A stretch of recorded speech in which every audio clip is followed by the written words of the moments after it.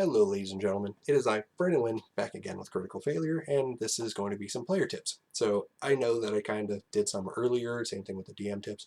So I'm going to kind of re-go through some of those and give some new insights.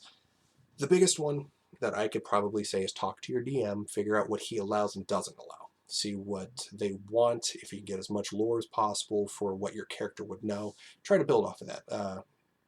I'm actually playing with a group that I have no idea who anyone really is besides the DM. His name is Calvin, which if you guys watch my Bastions and Basilisks channel with him, he is the other guy. He's DMing this one, and it's really cool. I'm going to be playing with a bunch of people whom I've never played with before, into which I'm probably, and this is my character idea now, but I'm going to try and be a Water Genasi Bard. Note, I don't really play spellcasters, so trying to go out of my mold, out of the Blood Hunter and martial archetype, I want to do spells for the change. So that's what I'm doing. I have text messages that I did not know about. And yeah, so that's something, talk. I just, because for some reason the fucking D&D Beyond version does not give Water Genasi Dark Vision.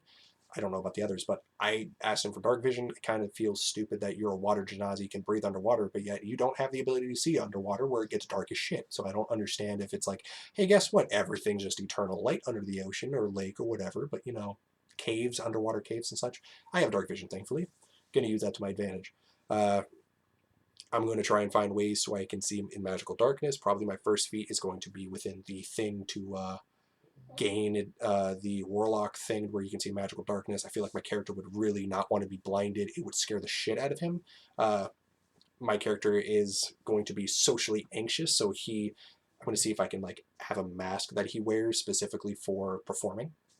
I'm going to talk to him about that. It's just like a simple mask that kind of masks his features and shit. I'm sorry if you hear a baby in the background, but yeah, that's like my first thing. Second thing, probably the most important thing that I've learned: do not play the character as yourself. Do not and that's unless you want to. And I'm going to describe that.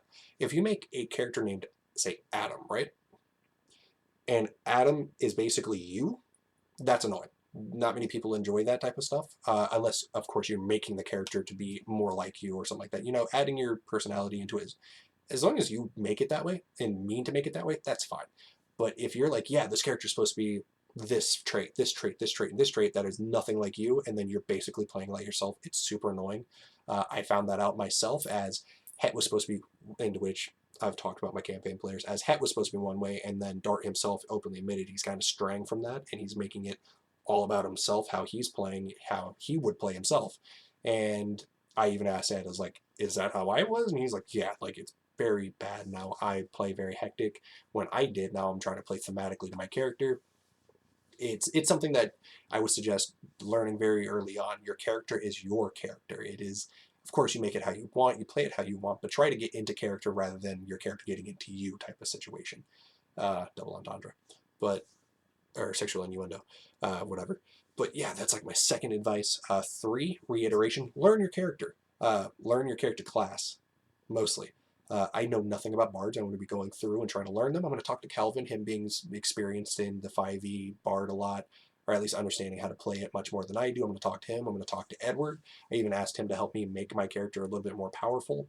For Edward's sake, anyways, because he fucking makes a lot of strong shit. But I'm going to do that. I'm going to talk to Calvin to see if he can help ease the tension, because he knows more of the martial thing, and I've really got to shout him out. Calvin's like a super awesome guy. Love him to death. Very cool friend. I am thankful that he invited me to play in his games at all, given the fact that I have kind of a insensitive mouth, and fucks are not given, but he's invited me, into which he said it is going to be streamed, which is really cool. So you might be seeing me in a stream, which is really awesome, and I thank him for that. Number four, I think. Don't be a rules lawyer.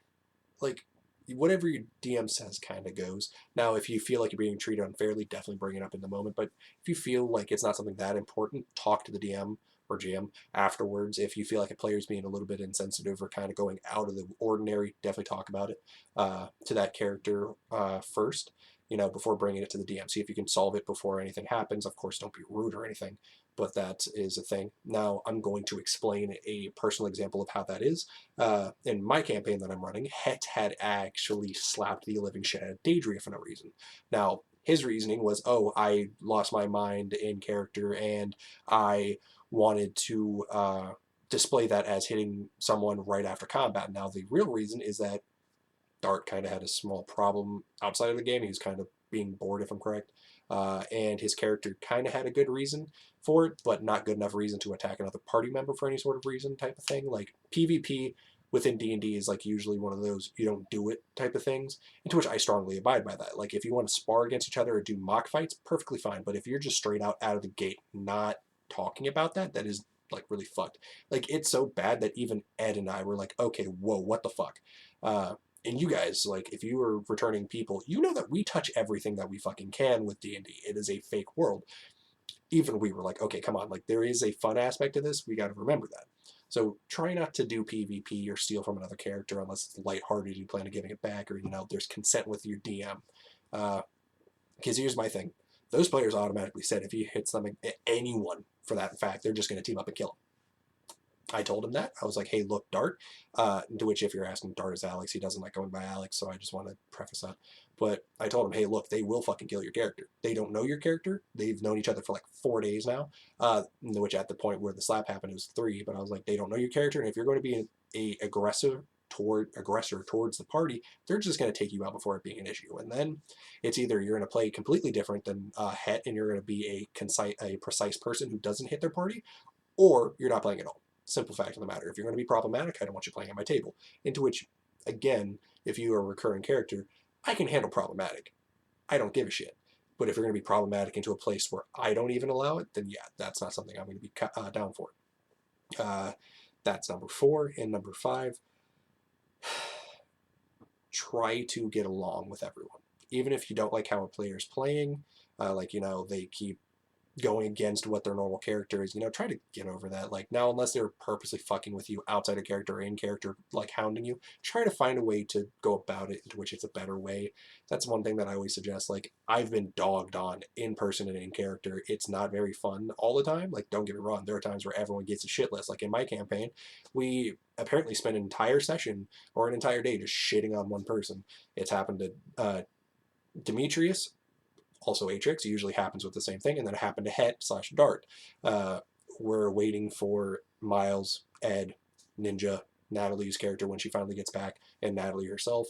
Note, Natalie is my transgender friend who's playing a changeling for that reason. She knows there's going to be a lot of stuff in the campaign. I already described that, but even when she gets in, I'm going to let her know, hey, guess what?